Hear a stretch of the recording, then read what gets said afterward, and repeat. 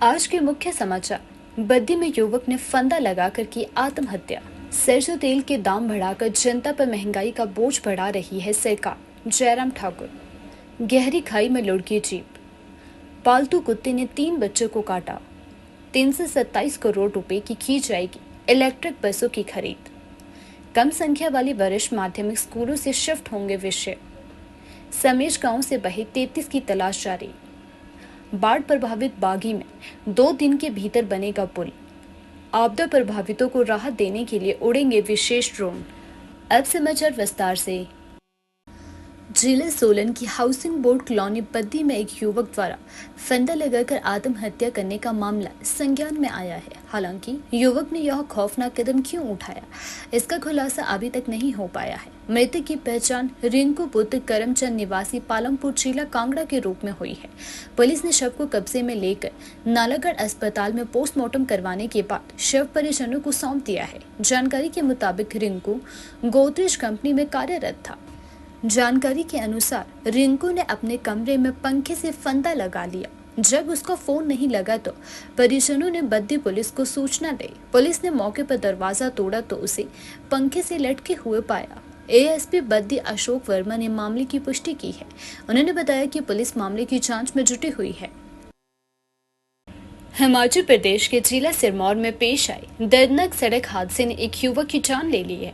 इस दौरान जीप अनियंत्रित होकर सड़क से नीचे गिर गई, जिससे युवक की मौके पर ही मौत हो गई है। फिलहाल पुलिस ने शव का पोस्टमार्टम करवाने के बाद परिजनों को सौंप दिया है। इसके साथ ही हादसे के कारणों की जांच करनी भी आरंभ कर दी है। प्राप्त जानकारी के अनुसार 34 वर्षीय कमल ठाकुर पुत्र कुंभिया राम निवासी खड़ाह देर रात को हरिपुर धार से अपनी किराने की दुकान बंद कर घर की तरफ लौट रहा था, लेकिन इसी दौरान हरिपुर से करीब 1 किलोमीटर पीछे नाहन सड़क पर मटियानी के पास पहुंचते ही जीप अनियंत्रित होकर 100 फीट गहरी खाई में गिर गई।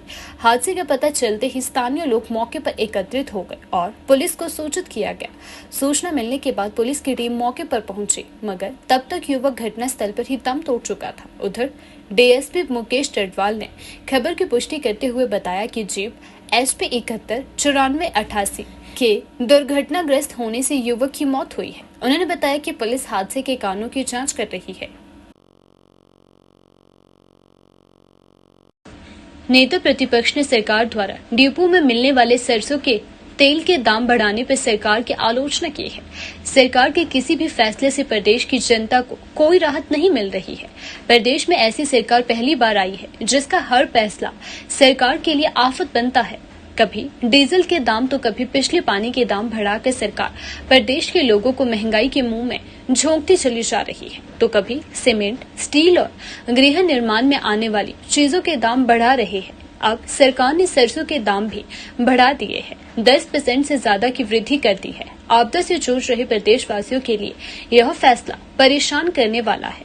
सरकार को इस तरह की जन विरोधी फैसलों से बाज आना होगा। जयराम ठाकुर ने कहा कि सुखू सरकार सभी को परेशान करने का काम कर रही है। सरकार पुरानी सुविधाएं बंद कर रही है, जिससे लोगों के जेब पर बोझ पड़ रहा है। जो योजनाएं चल भी रही थी, वहां मिलने वाली सुविधाओं की कीमतें बढ़ा दी गई है। डिपो में मिलने वाले तेल की कीमतें बढ़ाने का असर लाखों लोगों पर पड़ेगा। इसी तरह सरकार द्वारा हिमकेट जैसी योजना को निजी अस्पतालों में बंद कर दिया गया है। प्रदेश भर में लोग परेशान हो रहे हैं। इलाज के लिए सरकारी अस्पतालों पर ही उन्हें निर्भर होना पड़ रहा है। सिर्फ सरकारी अस्पताल में इलाज होने की वजह से अब वेटिंग का समय बढ़ रहा है, जिससे अनावश्यक देरी हो रही है। इलाज में देरी जोखिम भरी होती है। नेता प्रतिपक्ष ने कहा कि सरकार का काम जनहित की योजनाएं चलाना है, न कि चल रही योजनाओं को बंद करना है। नगर परिषद हमीरपुर के वार्ड नंबर 11 लहलड़ी गांव में पालतू कुत्ते ने 3 बच्चों को नोच दिया है। मेडिकल कॉलेज हमीरपुर में तीनों बच्चों का उपचार करवाया गया है। वहीं गुस्साए अभिभावकों ने भी इसकी लिखित शिकायत पुलिस थाना हमीरपुर को दे दी है। बाद में पार्षद वकील सिंह ने अभिभावकों और कुत्ते के मालिक के बीच लिखित समझौता करवाया। पालतू कुत्ते ने 3 बच्चे को काट लिया है। वहीं 6 महीने पहले भी इसी कुत्ते ने एक बच्चे को काटा था।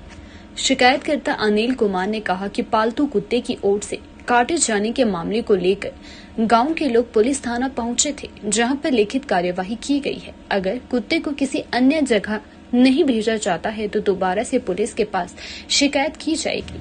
स्थानीय निवासी अनिल कुमार ने बताया कि पालतू कुत्ते की दहशत से लोग सहमे हुए हैं, अपने घरों से बाहर निकल नहीं पा रहे हैं। कई बार पालतू कुत्ते के मालिक को भी इस बारे में बताया गया है, लेकिन समस्या का समाधान नहीं हुआ है।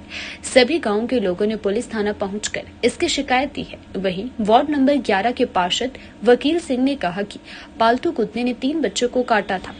गांव के लोग पुलिस थाना भी पहुंचे हैं। बाद में दोनों पक्षों में आपसी समझौता करवाया गया है और पालतू कुत्ते को किसी अन्य जगह पर भेजने के लिए दोनों पक्षों में सहमति बनी है।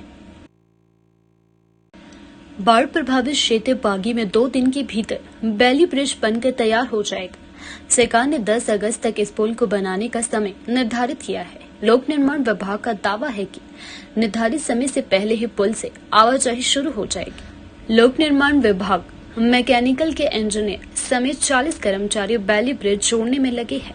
वहीं ऊपरी शिमला की सड़कें बहाल करने के लिए 5000 कर्मचारी और अधिकारियों को फील्ड में लगाया गया है। मुश्किल यह है कि बाढ़ प्रभावित क्षेत्रों में जैसे मशीनों के साथ मलबा हटाया जा रहा है, ऊपर से पहाड़ी खिसकती ही जा रही है। सरकार ने बागी में 10 अगस्त, केदस और बायल में 20 अगस्त तक बैली ब्रिज बनाने का समय निर्धारित किया है। मुख्यमंत्री सुखविंदर सिंह सुक्खू ने लोक निर्माण विभाग को 2 करोड़ रुपए की राशि भी जारी कर दी है। इसके अलावा 20 करोड़ रुपए और बैली ब्रिज की खरीदारी के लिए दिए हैं। शिमला और मंडी से पुल बनाने के लिए सामान भेजा गया है। लोक निर्माण विभाग के चीफ इंजीनियर सुरेंद्र पाल ने कहा कि प्रभावित क्षेत्रों में पुल लगाने के लिए सामान भेजा जा रहा है। उम्मीद है कि बागी पुल 2 दिन के भीतर बनकर तैयार हो जाएगा। प्रभावित क्षेत्रों के अन्य 2 पुल 20 अगस्त से पहले लगाने का लक्ष्य रखा गया है। मुख्यमंत्री ठाकुर सुखविंदर सिंह सुक्खू ने हिमाचल पथ परिवहन निगम की बैठक की अध्यक्षता करते हुए कहा कि प्रदेश सरकार निगम को आर्थिक घाटे से उभारने के लिए हर संभव सहायता प्रदान करेगी। उन्होंने कहा कि हिमाचल पथ परिवहन निगम लोगों को सुलभ और सुविधाजनक परिवहन सुविधा उपलब्ध करवाता है और निगम के 12,000 कर्मचारी इस संस्था की नींव है। उन्होंने कहा कि वर्तमान में निगम की 110 ई बसें और 50 ई टैक्सियां कार्यशील है। इसके अतिरिक्त निगम को आर्थिक घाटे से उभारने की दिशा में सुधार किए जा रहे हैं। उन्होंने कहा कि इलेक्ट्रिक बसों की खरीद के लिए 327 करोड़ रुपए प्रदान किए गए हैं और अतिरिक्त 2000 टाइप 2 इलेक्ट्रिक बसों की खरीद प्रक्रिया चल रही है। ठाकुर सुखविंदर सिंह सुक्खू ने कहा कि निगम धार्मिक स्थानों में बेहतर परिवहन सुविधा उपलब्ध करवाने के लिए प्रयासरत है। शिमला जिले के सुन्नी के 2 घरी गांव के पास मंगलवार को सतलुज से एक और शव मिला है। रामपुर से समेज गांव से लापता लोगों की तलाश में जुटी टीम ने शव को निकालकर सुन्नी अस्पताल पहुंचाया।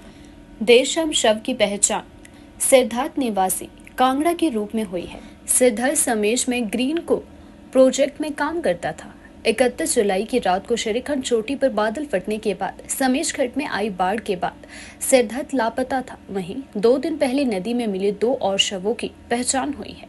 इसमें रचना निवासी रामपुर व प्रीतिका निवासी झारखंड भी शामिल है। डीएसपी नरेश शर्मा ने बताया कि ये दोनों भी समेज खड्ड में आई बाढ़ से बह गई थी। समेज गांव में कुल 36 लोग लापता हुए थे। 3 शव बरामद होने के बाद लापता लोगों की संख्या 33 रह चुकी है। हिमाचल प्रदेश में विद्यार्थियों की कम संख्या वाले वरिष्ठ माध्यमिक स्कूलों से कई विषय शिफ्ट होंगे। उच्च शिक्षा निर्देशालय ने जिला उप निदेशकों को 2 दिन में विद्यार्थियों के दाखिलों का ब्यौरा मांगा है। विषयवार और कक्षावार नामांकन की अलग अलग से जानकारी देने को कहा गया है। उच्च शिक्षा निर्देशक डॉक्टर अमरजीत कुमार शर्मा की ओर से इस बात को लेकर जिला शिक्षा उप निर्देशकों को पत्र जारी किए गए हैं। विभागीय अधिकारियों ने बताया कि कई वरिष्ठ माध्यमिक स्कूलों में कुछ विषयों में विद्यार्थियों का नामांकन बहुत कम है। ऐसे विषयों को 7 लगते अधिक विद्यार्थियों की संख्या वाले स्कूलों में शिफ्ट करने का विचार है। जिलों में विषयवार नामांकन की जानकारी जुटाई जा रही है। विभाग की ओर से इस बात का प्रस्ताव तैयार किया जा रहा है। यह फैसला होने से संबंधित विषय के शिक्षकों को आवश्यकता वाले स्कूलों में तैनाती दी जाएगी। इसके अलावा जिन स्कूलों में विद्यार्थियों के दाखिले कम हैं, ऐसे स्कूलों को मर्ज करने का प्रस्ताव भी बनाया जाएगा।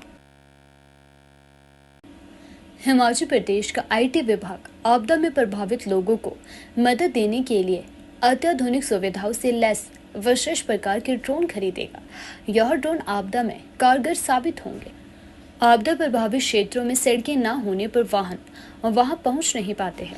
हेलीकॉप्टर का अधिक खर्च नहीं उठाया जा सकता है, वहां पर यह ड्रोन महत्वपूर्ण भूमिका निभाएंगे। इन विशेष प्रकार के ड्रोन के आपदा प्रभावित इलाकों में राहत पहुंचाने के लिए ट्रायल भी जल्द होंगे। हालांकि अभी इसके लिए ट्रायल कहां पर किए जाने हैं, इसकी लोकेशन तय नहीं की गई है। शिमला, मंडी, कुल्लू, किन्नौर झीलों के दुर्गम इलाकों में ट्रायल की संभावना है। अब तक 100 किलोग्राम तक वजन उठाने वाले ड्रोन भी बन चुके हैं। हिमाचल प्रदेश में अभी तक अधिक भार क्षमता ले जाने वाले ड्रोन कामयाब नहीं हो पाए हैं। कम से कम 10 किलोग्राम से कम भार ले जाने की क्षमता वाले ड्रोन ही प्रदेश में सफल हुए हैं।